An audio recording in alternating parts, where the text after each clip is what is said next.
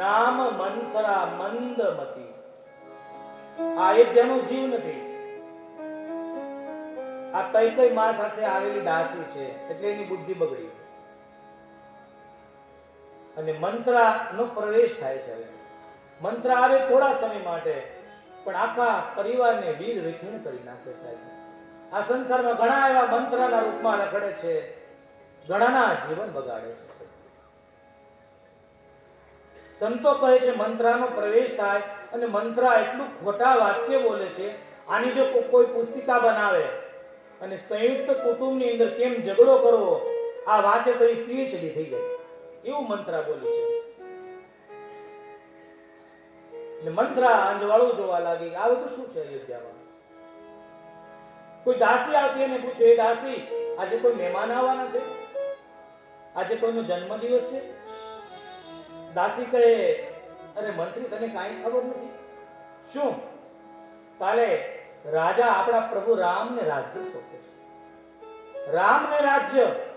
આ સાંભળતા જેમ પાકી ગયેલું ગુમડું હોય એને કોઈ તોડી નાખે, એમાં અગ્નિનો તણખો કોઈ નાખે અને જે બળતરા થાય એવા જ મંત્રાને બળતરા થવા લાગી છે કે રામને રાજ્ય. અને મંત્રાની બુદ્ધિ બગડી છે. સીધીમાં કઈ પાસે ગઈ. માં કઈ પાસે જઈને ઊંડા ઊંડા શ્વાસ લેવા મળી, ઊભી રહી ગઈ. માં કઈ પૂછે, મંત્રી શું થયું? મંત્રા કઈ બોલતી નથી. અને વધારે બોલનાર વ્યક્તિ ક્યારેક ચૂપ થઈ જાય ને, સાહેબ એના મૌનમાં બહુ ભયંકર છુપાયેલું હોય છે. આજ મંત્રા કઈ બોલતી નથી. અરે મંત્રી મને વાત કર, શું છે? છતાંય બોલીને એટલે માએ કીધું કે મંત્રા મારો રામ તો કુશળ છે ને, મારા દશરથજી, મારો ભરત, લક્ષ્મણ, શત્રુઘ્ન બધા કુશળ તો છે ને. મંત્રા કે આજ રામ છે, બીજો અયોધ્યામાં કોણ કુશળ છે? ખાલી રામ જ કુશળ છે. શું કહેવા માંગે મંત્રા? કઈ તમને કાંઈ ખબર નથી? કઈ મને કાંઈ ખબર નથી. તો સાંભળો, કાલે મહારાજ દશરથજી રામને રાજા બનાવે છે. જ્યાં રામને રાજા બનાવે એમ કીધું, માં કઈ નાચવા મળ્યા. જેમ ચોમાસાની સિઝન હોય અને મેઘની ગડગડાટી થાય અને મોરલાઓ બોલે, જેમ મોરલાઓ બોલે અને નાચવા મળે મોરલાઓ, એમ માં કઈ આજ નાચવા મળી. સાહેબ એ મંત્રા સાચી વાત કરશો તું? તારી વાત જો સત્ય થાય ને તો કાલે તારી આંખ હું સોનાથી મટાવી દઈશ. મંત્રા એટલે મંત્રા કે એટલું બધું આનંદ કરવાની જરૂર નથી. આ મેં સમાચાર આપ્યા તો અહીં ખબર પડી કે અગાઉ કઈ ખબર હતી તમને? અરે મંત્રા, મને ખબર હોય તો હું માં કૌશલ્યાનો મહેલ નું શણગારું. એ જ મને સમાચાર આપ્યા છે. કંઈક સાંભળો, તમારી પાછળ ષડયંત્ર રચાય છે. અહીંથી ખોટી વાતો ચરણ કરે છે. મહારાજ તમારી દરરોજ સેવા લેવા આવે, તમને વાત પણ કરી નથી. 14 દિવસથી આ વાત ચાલે છે રામ રાજ્યની ને તમને હજી ખબર પણ નથી. અરે મંત્રા, 14 દિવસથી ચાલે, 1 મહિનાથી ચાલે. આ બધું મારા કહેવાથી થઈ રહ્યું છે. મેં જ કીધેલું રાજાને કે તમને રામને રાજા બનાવો. તારે જોતું માં જ, બાકી આડોળું ન બોલીશ. મંત્રા કહે, તમે બહુ ભોળા છો, તમને ખબર નથી.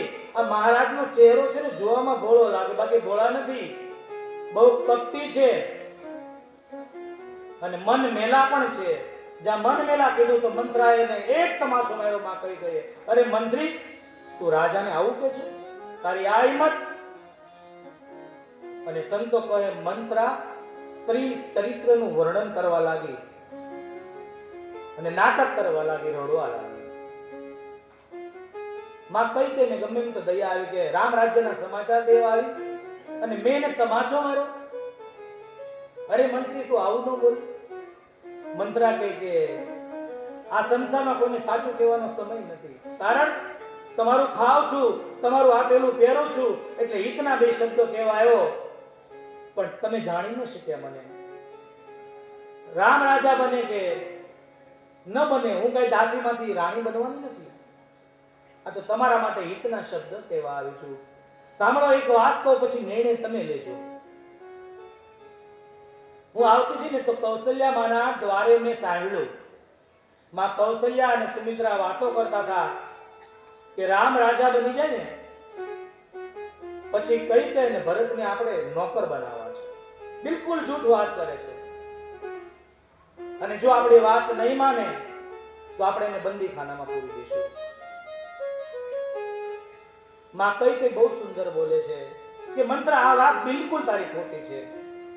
મંત્રા કે પણ હું જોઈને આવી, સાંભળીને આવી છું. માં કઈ કે તે સાંભળી હોય તો ખોટી છે. કારણ જેના પેટથી રામ જેવા દીકરાનો જન્મ થાય માં કોઈ દી આવો વિચાર ન કરે. સાહેબ તું જૂઠી છો. ને મંત્રા ભરમાવા લાગી કે માં તમને કાંઈ જાણ જ નથી. મને ભગવાન શિવના સોગંદ છે. હવે શિવને મંત્રાને શું લેવા દેવા? મેં બ્રાહ્મણોને પૂછ્યું, જ્યોતિષને, તો બ્રાહ્મણોએ કીધું મંત્રા તારી વાત કઈ કઈ માનશે તો કઈ કઈનું હિત થશે નકર કઈ કઈનું અહિત થશે.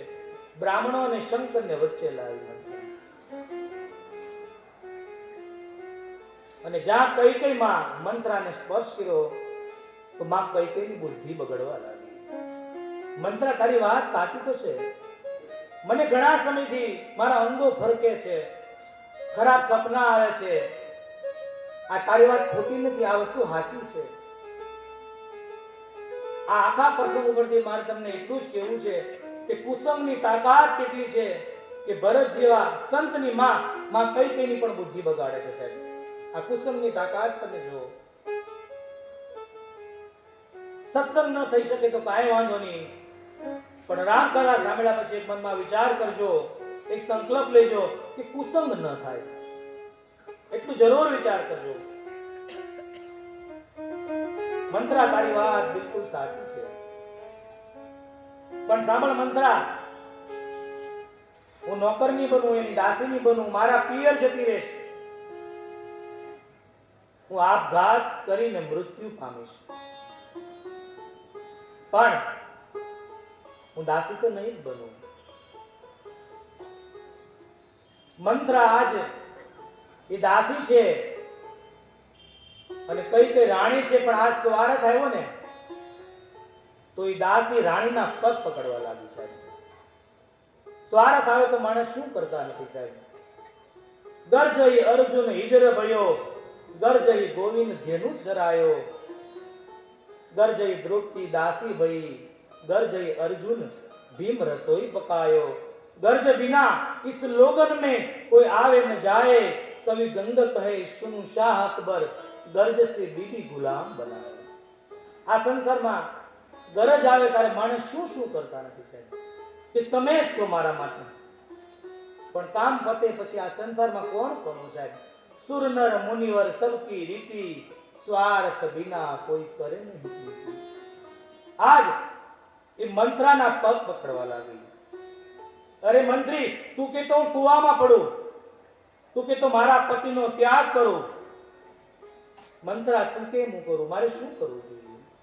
કઈ મરવાની જરૂર નથી. હું જેટલું કહું એટલું કરો ને એટલે તમારો રસ્તો સાફ થઈ જશે. આવા મનથા ને મનંથાની વૃત્તિ ધરાવતા વ્યક્તિ હોય ને એને ઘણાના રસ્તા સાફ કરતા આવડે. આવી ખોટી વાતો કરી અને ઘણાના રસ્તા સાફ કરી નાખે. કહે મહારાજ પાસે તમારા બે વરદાન બાકી છે, યાદ છે ને તમને? માં કઈ તેને યાદ પણ નહોતા, મંત્રા યાદ દેવડાવ્યા. તમે જોજો ઘણી વાર આપણે જેની સાથે વિરોધ હોય ને આપણે ભૂલી ગયા, બીજા યાદ કરે. યાદ છે ને તે દિવસે આ શું કર્યું હતું? ઈ આ મંત્રા આપણે ભૂલી ગયા હોય. કઈ બે વરદાન તમારા બાકી છે,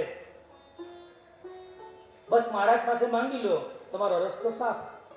અરે મંત્રા, પણ એ બે વરદાન મારે ક્યાં માંગવા? કઈ એમાં ઈ પણ મારે કેવું પડશે. એક પેલું વરદાન માંગી લો કે રામની જગ્યાએ ભરત ગાદીએ જશે. બીજું રામને વનવાસ મળે. આ બે વરદાન માંગી લો તો તમારો રસ્તો સાફ થઈ જશે. પણ સાંભળો, આમ નહીં. તમે કોપ ભુવનમાં જાઓ, વાળને ખુલ્લા કરી નાખો, ફાટેલા કપડા પહેરો અને ભોય પથારી પર સૂવો.